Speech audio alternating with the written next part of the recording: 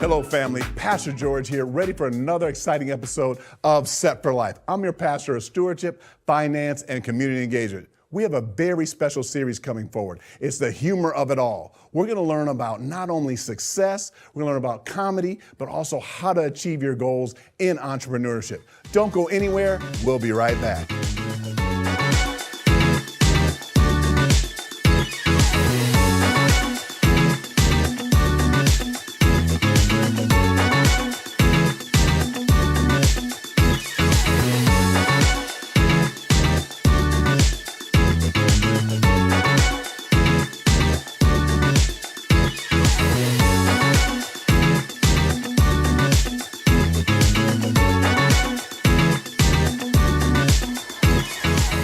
Hello, family. Pastor George here, ready for another exciting episode of Set for Life.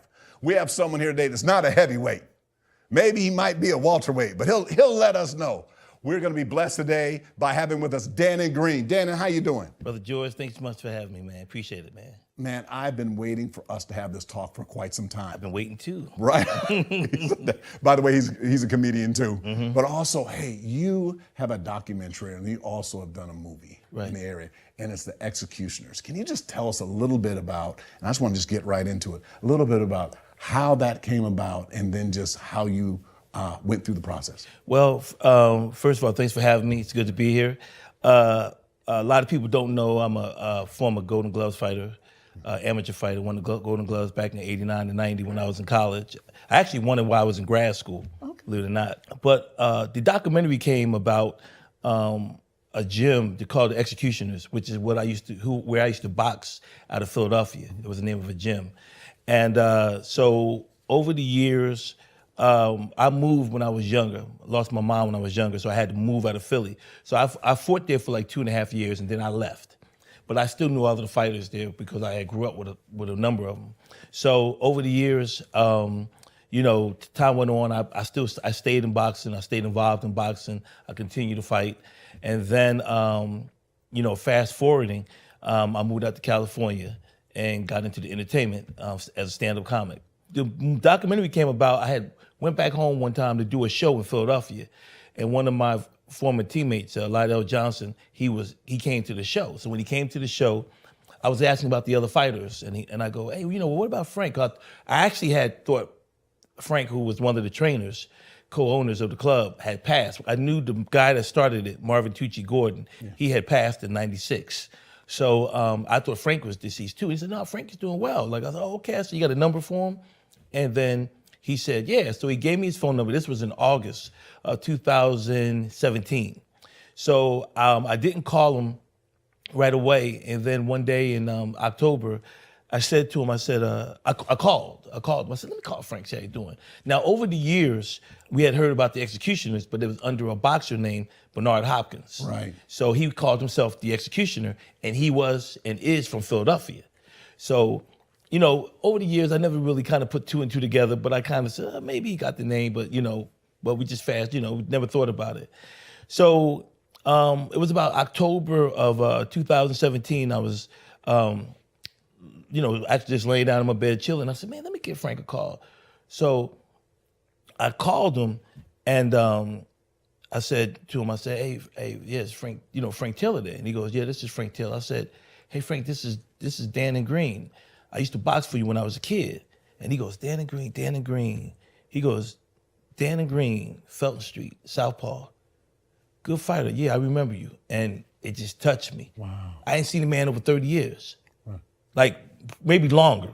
Right. Since 81, 82. So we talked for a period of time. And then I said to him, and then something just hit me. I said, Frank, I want to tell the story about the Executioners. I said, because I knew Tucci had passed, and he was still alive, but he was 78 at the time. Mm-hmm. And I said, if something should happen to him before any one of us, all of that whole story goes to the grave with him. So I said, Frank, I'd like to do your story. And he said, man, and kind of what your show deals with, a lot of people don't understand how to get stories out there. You know what I'm saying? unless you're in Hollywood, or now maybe because you have social media, you kind of can learn a little bit. But a lot of people in the inner cities and these towns outside of Hollywood, they don't know, they have stories, but they don't know how to get them out, get them out. Right. So he goes to me, he says, man, I always felt there was a story there. I just never knew how to tell it. You know what I mean? Wow. And I said, look, let me, give me the rights to tell this story. So he said, yeah. So I was doing pretty well at the time commercially, and I had saved up some money.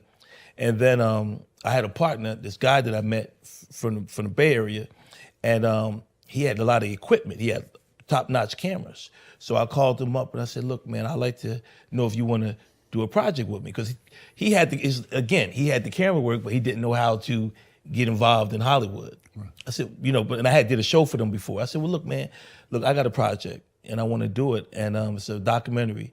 I said, you got the cameras. I said, would you be interested? So he said, well, what are the numbers? So I crunched the numbers. I told him what I could bring to the table, pretty much most of my savings, you know what I mean? And then when he said, I gave him the numbers and he said, man, I think I can do this. So we went into partnership. I knew it's a story that's so phenomenal because anybody involved in any neighborhood, you always have that person. You always say, it's this one guy, he was better than Jordan, or this dude here, he could have been, you know what I mean? Right. Well, I went to a gym that we probably should have had about 8 or 9 world champions. Right. And I'm talking about top notch, because one guy from my gym beat Bernard Hopkins twice in the amateurs. Right. So, and his story is phenomenal, Mike Wells. Yeah. So we wind up putting together a crew. I went back to Philadelphia 4 times. And the first week I went was the week of January 2018, the Super Bowl week. Mm-hmm. Like I went that week before and I left on Super Bowl day. That was the year the Eagles beat the Patriots. I said you bring that up. Yeah. I just thought I'd let you know we do got one in the can. All right, you know what I mean? So I went back for the whole week. I set up all the interviews. I had first week I set up 13 interviews. Oh wow! Man, my voice was gone. It was just shot. But each guy had their time, and each one of them was on time. And these, you saw the doc. These are grown men now, but they wasn't no choir boys when they was younger. You know what I mean? And that's part of how it showed. That was great. That was a part of the story that just said where people just kept going through life. Right. And he did a great job of chronicalizing it and everything. And then also the way he did the voiceovers, like we got to see the story. Yeah. Go ahead. Yeah, and that's interesting too, because what I did was I wrote the story before I went out there. So I just imagined how I wanted to tell the story. And I wrote the story on 4x5 cards, and I had 169 4x5 cards.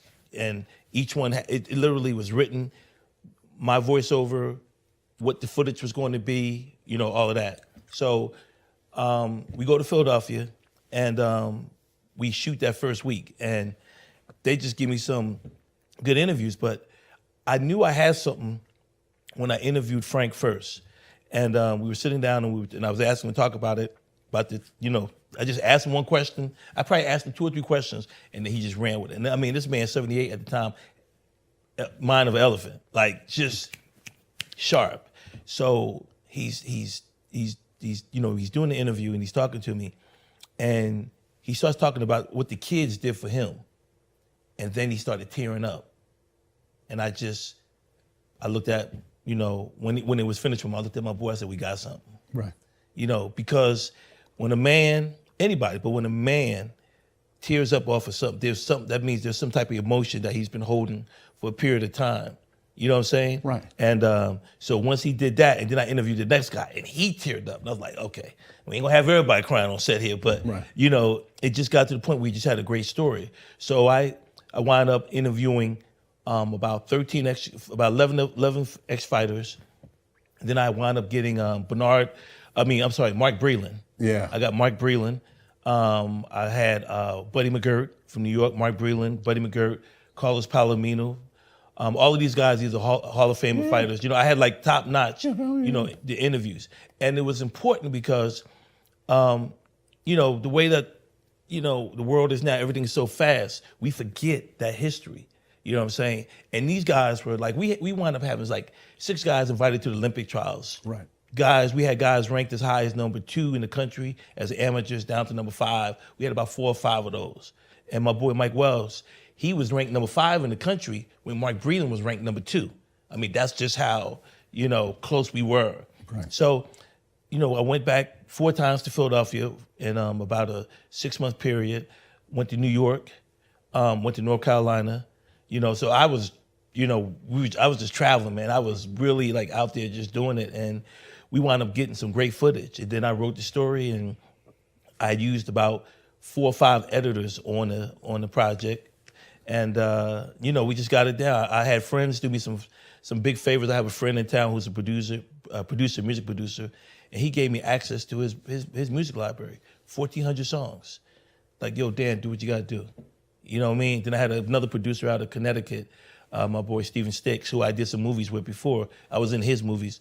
He makes music, he produces music, and he made me like 4 or 5 tracks. So I had, that stuff can become very expensive, and I had to go and hustle to get that. And then I interviewed one of the people in the documentary was a guy named not a guy but a gentleman, Russell Peltz. And Russell Peltz has been in the boxing game over 40, 50 years. He's like 71 or 2 or 73 now. But he was the main promoter for the fights out of Philadelphia at the time, out of the Blue Horizon. I think you might have seen him in the doc. Yeah. He was the gentleman that I got mostly all my boxing footage from. So I just hustled, man. I just, found a way to put the pieces together. And we wound up putting something pretty, tight together. We got accepted into 12 film festivals. We won awards in 2. And I also was in the Manhattan Film Festival. And we went there. They through the pandemic, it was kind of put on hold, but they lifted it last year, and we wound up going to New York for the film festival. And that was kind of a big highlight for me. That was kind of emotional for me because I was born out of New York, born, and a little bit about my background. I'm a foster kid, so I'm born out of New York. And then to be able to come back to New York and show a movie I made was, I thought that was pretty cool, pretty sweet. You know that God loves you? Yeah, he's had his hand on me, bro. So everybody, I just want to just say a couple of things. And by the way, everybody, I want everybody in the chat right now to pat me on the back. I did a good job of listening. I didn't interrupt him. There was about 5 opportunities I had to interrupt him. I didn't. I was waiting too. Okay. No, kidding. So people who watch the show know that I was interrupting all the way through.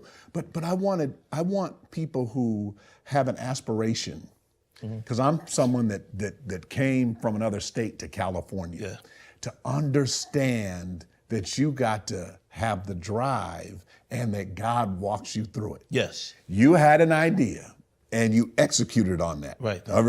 He took the step. Right. Then God blessed you. You can't look at nobody else. Right. He blessed. I'm going through the blessing. By the way, I wrote some of them down. Help me out. The one where the gentleman had all the camera equipment. So you didn't have the camera equipment. No. You have no means to it. No. And it's not saying no means to it, but you had it. But then you did do certain things right. He did save the money. By the way, we have whole videos on that. Right. You did save the money. Right. But you kept moving forward. Then you had the connections. You see, God is your source, and then God gives you resources. Right. He gave you financial resources, but then I think pound for pound, and I'm going to check with our real estate guru and executive producer, Danette. Danette always says, but see, these are the resources. Right. The resources were the cameras. The resources were the connections. Yeah. The way you can just pick up a phone and call people, and then they come down. When I was watching the video, and then they're doing it. By the way, he's about to interrupt me. Watch that. See, well, because I want to share this story with you. I think it's really important. No. It's on the line of how God can put you in places. God does it. So let me tell you how I met him, my partner. Right. So I'm doing a show up in Oakland. Right. And Oakland is one of my towns. Like Oakland, if anybody's from the East Coast and you've been to the Bay Area, it's the closest thing you'll get to the East Coast. You know what I mean? I always tell people when I came out, between the weather and the vibe, you know what I'm saying? Right. So I have a show up in Oakland, and I've done a number of shows up there because it's been a good town for me. So this one show I did a show, and the same promoter would usually take me back to the airport in the morning. Yeah. So he calls me in the morning and says, Dan, I can't take you tomorrow. I got an emergency. I'm going to have to have my cousin take you. Right. I said, okay, no problem. Right. So his cousin picks me up, and he goes, and we get to chatting, and he's like, yo. I go, yo. I said, man, y'all have some good equipment up in there. I said, Rated R has some good equipment up in there. He said, oh, no. He said, no, that's my equipment. So I said, oh, is it? So I said, oh, okay. He said, yeah, man, we trying to do some, some hood videos and documentaries and stories. He was saying all that. I said, okay. I said, well, I write screenplays. The execution of the documentary wasn't even in the picture. This was 2 years before that. Wasn't even in the picture. I said, I write movies because I write screenplays. He said, okay. So we got to chat and we exchanged numbers and we was cool. Well, he happened to be the dude I called. He happened to be the one to go into partnership with me for it. So if it wasn't, you know, and I don't like that. I don't like to make it sound like a cliche, but it's really true. If it wasn't for God having him have to take me to the airport instead of the guy that usually takes me, it may never happen the way that it happened. Right. And so just so you know and everybody else knows. So in the Bible, it says in Philippians 4:19, it says, my God shall supply all of my needs. But then hold on, comma, according to his riches and glory. Right. See, that's where people miss it. See, what they're doing is they're waiting for, I'm sitting at home right now waiting to be blessed. Somebody bless me. I'm like, no. God already has it. Right. God gave that, he's not here, but if we talk to him, he'd say, God blessed him with that equipment. Like he got it from something that God blessed him with. Right. And then God had that man drive you to the airport and for you to do that. And for you to be able to tell the story. But it's also important. It's also important for people to understand you have to, when things happen, you don't look at them as saying, oh, well, this happened for a reason. But you have to always remember, if you have some type of goal or some type of dream or something that you're trying to do, then it's important for you, quote unquote, to execute it, because you don't know throughout your life and throughout your travels what person or people that can come in and help you out. Right. So if I had this idea about the documentary, but I never wanted to, if I never did it, then I would have never thought about calling, you know, my partner and saying, yo, I got this project. It just would have been an ideal. You know what I'm saying? Right. And we'll come right back to that. Yeah. So one of the things we always go through and what we want to make sure people do is that they have a goal and then they write it down. That's what I do. And then they execute on it and do what you can with what you have. Right. And then God works out the rest. Well, that's December 31st for me every year. Right. Because every year I have my goals written down. Right. You know, I've kept a journal for a number of years. Right. And I write down what I want to achieve. And it's amazing when you can look back and go, oh my God, like, you did this or I did that. And those were things that I wanted to do. You know, one of my big goals when I moved to California was, you know, to have either, and I'm not finished with it, but I wanted to have a movie on the small screen or on the big screen. Now I did have my documentary on the small screen and we showed it on the big screen, but I want to have it where people are going to the theaters, you know, and I have projects right now that were in the works for that possibility. So I've always set, along with you saying, I've set goals, you know, and some people don't believe in goals because goals are like that. It's the January 1st to the 31st. Right. You know what I mean? I'm gonna go to the gym, I'm gonna work out, you know what I mean? And then 29th you forget, you know what I mean? I'm gonna lose weight. I'm gonna lose weight. And then I'm gonna stop hanging around. Yeah. What is it? Well, there's a whole list of them. Yeah, and then by the 29th of January, it's like, well, you know, I still got March, and then you know, summer comes and every barbecue, and now you're looking at next year. So my thing was always been, you know, to just really stay on top of things, and I've always been that kind of guy, you know what I'm saying, kind of person to stay focused, because you know, nobody's gonna make a move for you. Right. You know what I mean? Nobody, worldly or godly, nobody's gonna make the move. You got to make the move. And then the reaction off your move is going to let you know where you land. Right. So I want to make a comment. I want you to hear you color in for me. So what I'm noticing is, what I've observed in life is that what happens is as you push forward, if you sit there and wait for everything to happen, nothing happens. Right. But then when you go, people start gravitating toward what you're doing. Right. It's like an example, like you're pushing a cart up a hill, then all of a sudden people go, hey, let's help her. Let's see how we can do this, how we can do this, that is very how we important. can do this together. Yeah. And look at how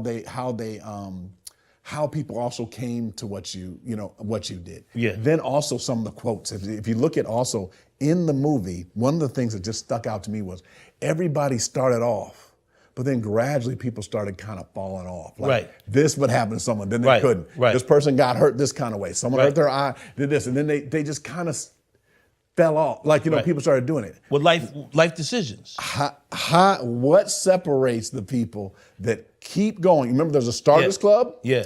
That's everybody's in it. Remember, what is it? I'm gonna go to college. I'm gonna lose weight. I'm gonna stop hanging around the people. I'm gonna graduate. I'm gonna go to college. Right. And there's a finishers club. Right. What separates those? In your opinion, from what you're doing, what separates? Well, those? what separates them? Well, let me go back a little bit and tell you how I got out here. Right. My late brother was living out here at the time, but I never wanted to be in California. You know, I'm an East Coast boy, so I wanted to go right out of college. We don't talk about that. Yeah, I wanted to go back to, you know, I went to Ohio State, got my master's degree. Okay. So once I got my master's degree, I left. I wanted to go back to the East Coast, get into it. My brother was living out here. He's like, yo, you should look out here. Well, I started comedy in Ohio. Mm-hmm. Now, this story is important because it kind of goes to what your question.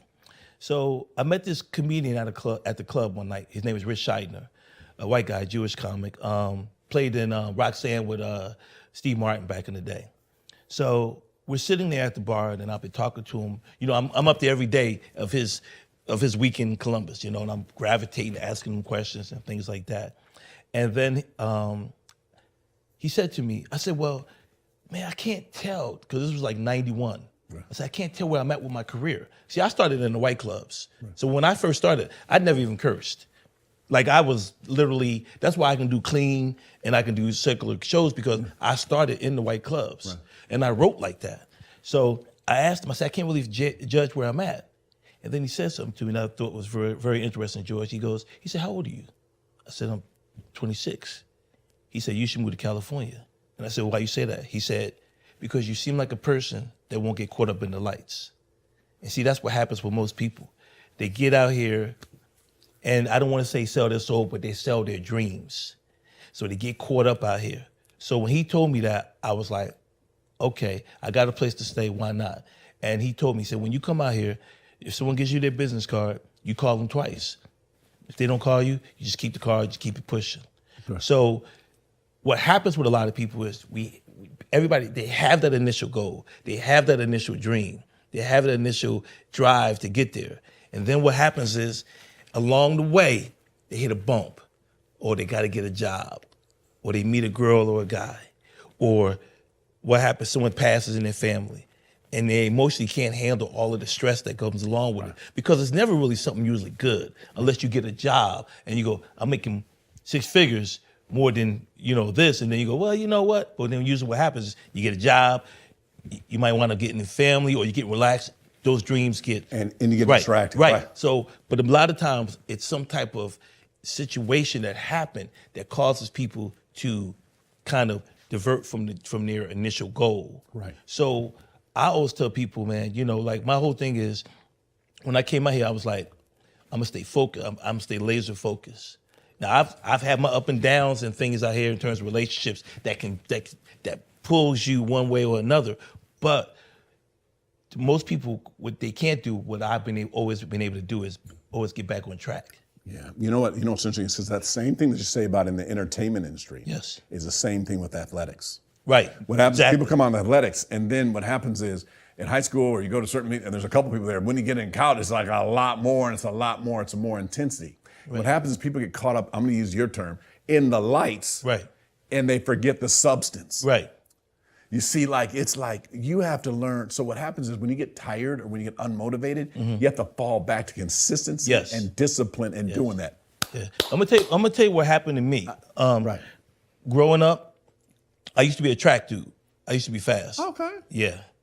Not no more. I got 2 reconstructed knees, so I ain't fast anymore. But I've always made every track team. I always made every relay team. Right. I ran independent relays in 6th grade. Okay. In Philadelphia. So, excuse me. And then I was boxing. Right. You know, I have an art background. Yeah. So, and all of these things I would get involved in, and I would be good, but I never became a superstar.